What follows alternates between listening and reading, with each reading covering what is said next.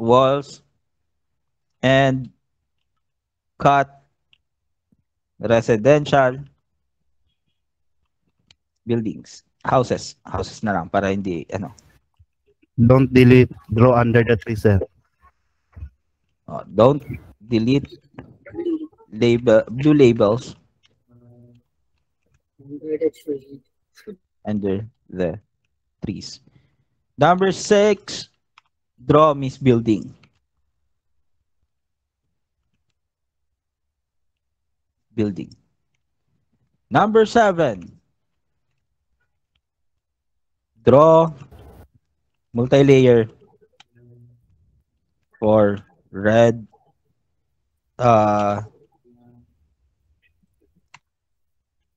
buildings. Big buildings. Delete fake buildings. Isasama natin yung fake building sa grounds.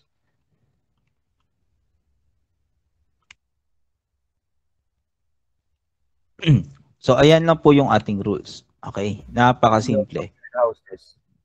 Ha? Backyard. Backyard houses is for us to draw kung hindi small area. Okay. So, napaka-simple lang po ng rules natin. So, isa-send ni Madam Christie mamaya yung mga rules na yan sa mga GCs. Kahit sa mga newbies na GC or dito sa GMIT, isa-send din ni Madam Christie yan. So, for now, ituturo ko sa inyo on how to speed things up. Meron akong 5 IDs. Hindi kayo pwede magtrabaho dito sa Ginger or Glimmer kapag nagtrabaho lang kayo for at least 1, 2, 100 maps. Hindi po kayo kikita dyan. Kasi yung benchmark natin is 4,000 buildings para sa kulay blue, yung kailangan nating habulin, and then 800 buildings para sa mga kulay red. Regardless kung ayusin man natin or hindi, yung benchmark dyan is 800 buildings. Okay? So, kailangan speed up, work more, to earn more. Okay? Para din sa mga newbies huwag kayo masyadong mag-iisip. Overthinking are only for your jowa na nagdududa sa inyo.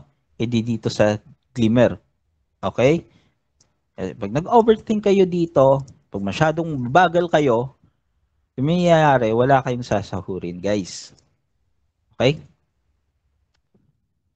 So gusto ko mag-speed up kayong lahat today. So how to speed up? Okay? Kung ako magtatrabaho as labelers, guys. Okay? So ganito ako magtrabaho. Hindi ko finu-full yung screen ko. Kasi once na finull ko yung screen kong ganyan, yung mangyayari niyan, magiging laggy yung screen ko. Or magiging late yung registry ng image sa akin. So ginagawa ko, mini-minimize ko. So marami akong space sa screen ko. So yung mga space na yon, nilalagyan ko ng mga extra IDs ko. Tapos kinakascade ko sila para pindot na lang ako kapag palipat-lipat ako.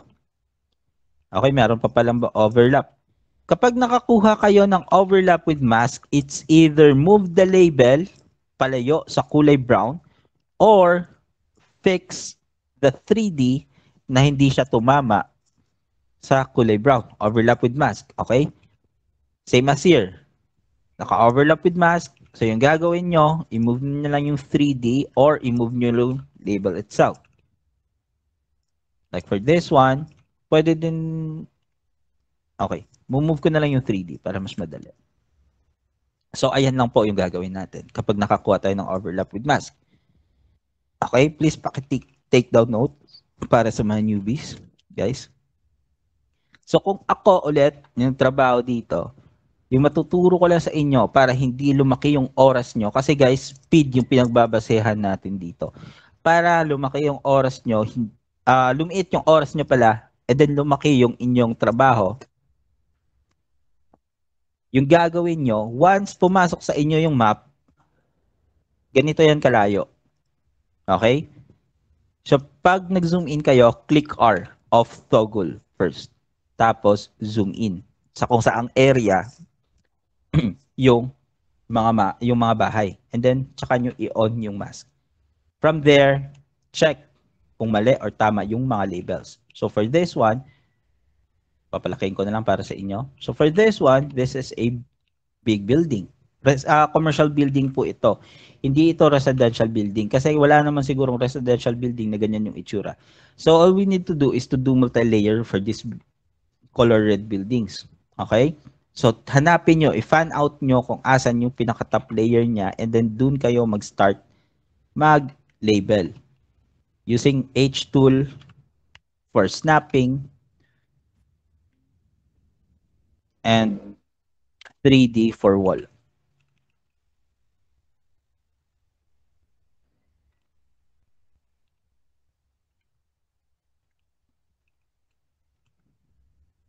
Then this one, tenths lang naman yan. Deduct na lang din natin yung part na to kasi tenth lang din naman yan.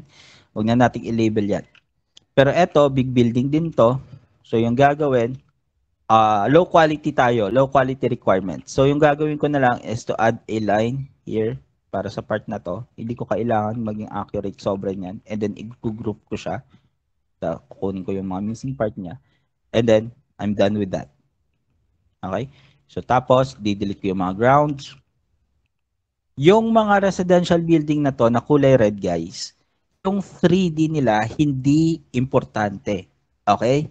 Kasi gagawin natin to sa 3D matching right after matapos tayo sa building repair. So no need to fix those walls na idadrag nyo pa. Sir, sira yung wall, idadrag ko pa. No need na. Okay na yan. So pinadali ng sobra yung trabaho natin. Usually, magdi-delete na lang tayo ng grounds. All you need to do is delete ground. Search for missing building.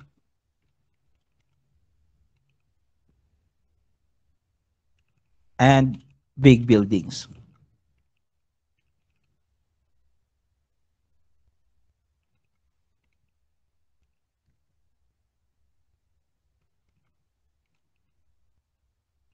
So tapos na ako sa mapa na to, submit, lipat sa kabila. Check ko na lang yung red buildings. Okay? So for this one, ground, ground, ground, ground, ground, ground, ground, ground.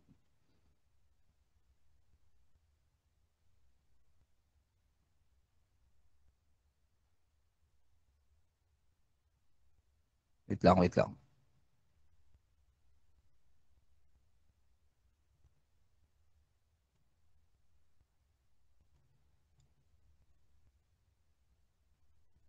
Wait lang guys.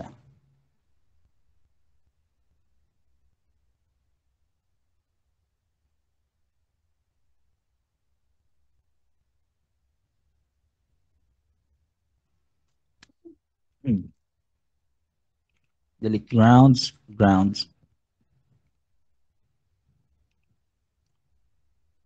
Oh, may natira pa sa taas. Submit the map. For this one, again, check for grounds. Swimming pools, hindi po yan nililabel except na lang kung serena kayo. So for this one, submit that map. This one again, delete grounds.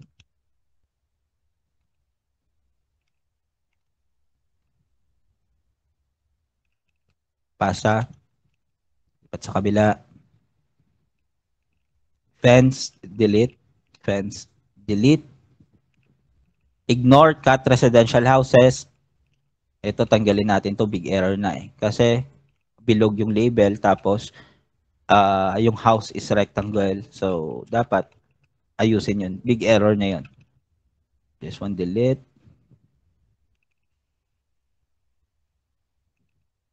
Grounds, delete. Footprint, overlap. Delete din. Pasa. And then, as you can see, 5 yung IDs ko. Pero, naglo-loading silang lahat. Hindi kaya bilis mo, boss. Okay? So, mamaya, gusto ko, lahat kayo, yun yung mangyayari sa inyo, ganun kabilis yung trabaho nyo. Overlap with mask. Sir, ano to? Overlap with mask. Napakadaling ayusin yan. No need to panic. It's all organic. Ayusin nyo yung 3D na hindi siya nagbumubunggo sa kabilang bahay. Okay? So, for this one, again, ayusin na natin yung 3D. Ayan. Hindi problema yan, guys.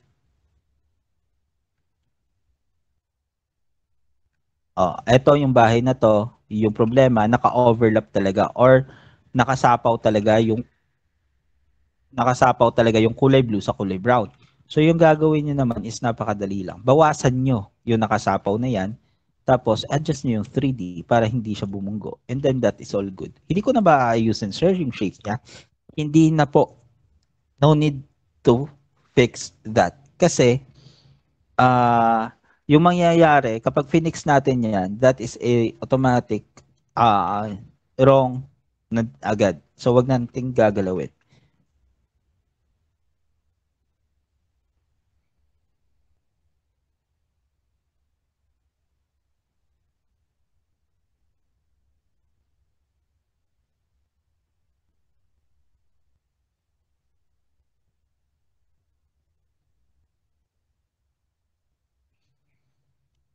So, for this one, delete lang natin to. Useless. Pasa. Lipat sa kabila. Useless. Pasa. Lipat sa kabila. Multi-layer. Sir, multi-layer, problema ko yan. Guys, kung hindi nyo tututukan, talagang magiging problema nyo to, hindi lang sa ngayon. Magiging problema nyo yan habang nagtatrabaho kayo dito sa Ginger. Napakadali mag-multi-layer.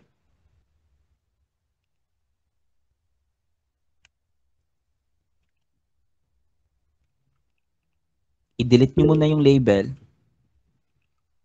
Ito, ignore na lang yan. Ito, ground delete. Sir, sir, yung mga bahay na nasa black part ng mapa, kailangan pa bang i-label? Yes. Kung ano yung nakikita nyo sa black part na yan, ayan lang i-label nyo, okay na yan. Okay, so yung mga hating bahay na to, pwede natin itong i-label ng ganito.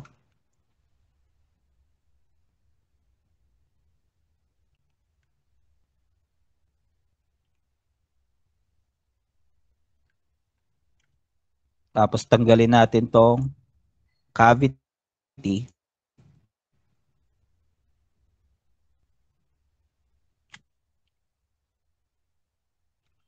Tapos i-drag natin as 3D. Hindi ko na siya ginawang multi-layer kasi wala naman siyang layers. So okay na po yan. Yung ganang itsura. Yung isang bahay na to, merong missing part dito. So yung gagawin ko para mas madali is to delete that label and then redraw that building. Kung ano lang yung sakop ng mata ko or kung ano lang yung kaya kong i-label, ayan lang yung i-label ko. Okay? Kahit hati yung bahay na yan.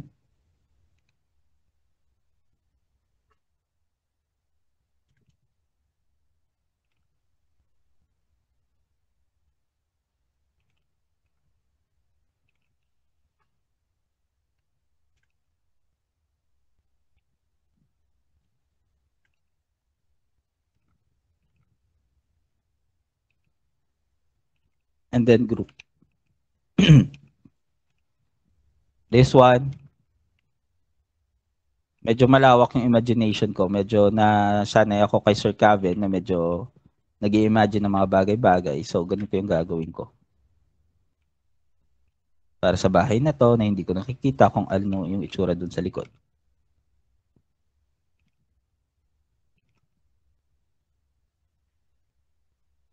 So, dapat matuto kayo kung paano mag-multi-layer. Kasi hindi kayo mabubuhay dito kung hindi kayo marunong mag-multi-layer.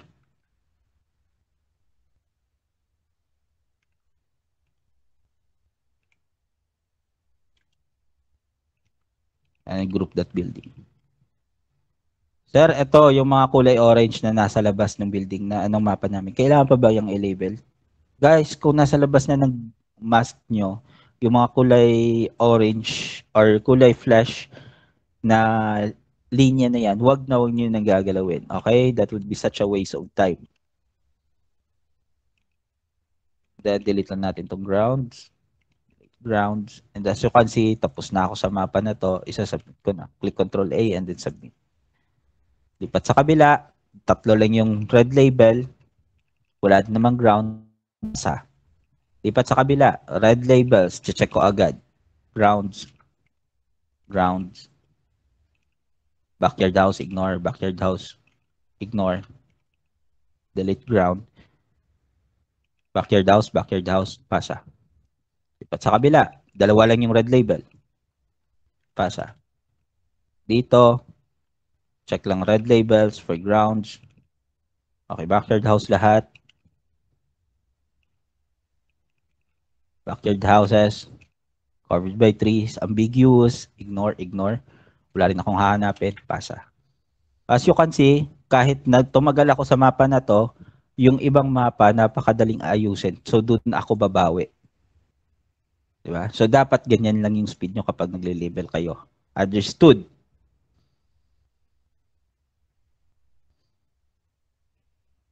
So, kung wala na kayong tanong, let us start working na. Overlap with mask. Overlap with mask. Again, move that label. Big building to. So, yung gagawin ko na lang, i-move ko na lang yung label.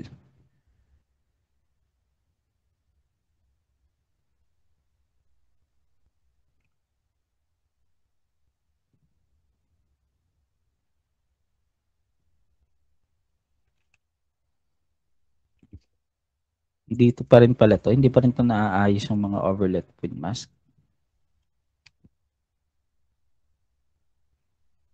Okay, I've delete to. Asa. Okay guys. Kung wala na kayong tanong, let us start working na. Kung meron pa kayong tanong, magsabi na kayo ngayon pa lang. Block label, Lalo sa sir. mga- Ano?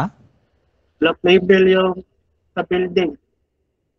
Anong gap label? Yung label ng building, No, sir. block. Black. It's black. Yeah. Yung kapag black yung Ginagawa ko dyan, boss, Kapag ginagawa ko black- dyan kapag nakapula ko niyan, change ganito. ng category lang. Kapag Change kulay category, black, sir. kasi ganito yan. Okay. Ituturo ko sa inyo. Alright.